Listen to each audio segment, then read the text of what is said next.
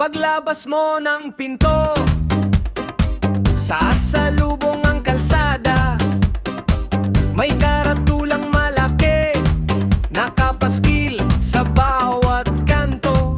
Sabi doon, bawal umihi rito. Pero ang tanong ko, nasaan ba ang banyo? Maglalakad ng milya-milya, wala namang makita. Kaya ang pader na may babala doon din ang punta. Punta ka sa tindahan, bibili ng panlinis ng ngipin. Sabi mo kay Aling Nena, pabili nga ng pulgat na close-up.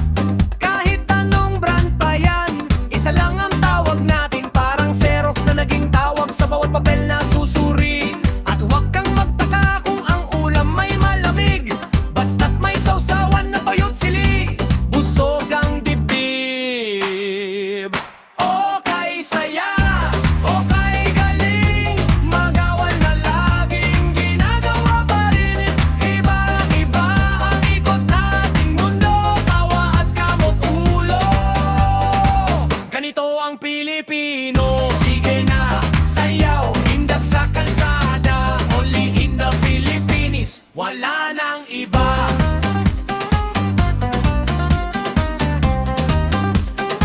Kahit high-tech na ang banyo at may shower na sosyal, hindi pwedeng mawala ang tabo na kulay asul o kural. At pagdating ng Pasko, magtago ka na sa kanto, dahil ang mga inaanak mo biglang naging army ng sundalo. Ninong, Ninang, aginaldo ko po. Kahit hindi mo kilala ang bata, ikaw ang napiling ninong sa binyag nito.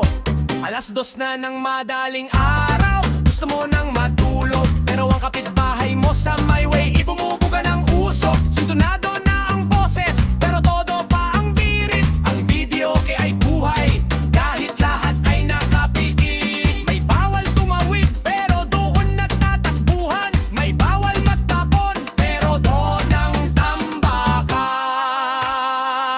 Okay saya, okay galing, mga bawal na laging ginagawa pa rin. Ibang-iba ang ikot ng ating mundo, tawa at kamot ulo.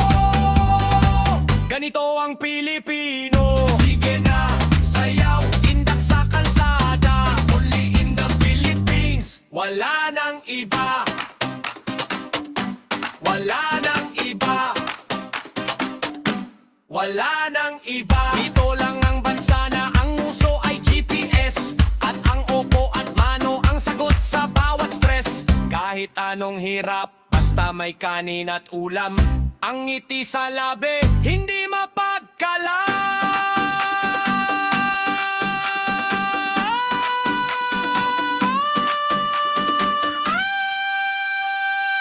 Only in the Philippines.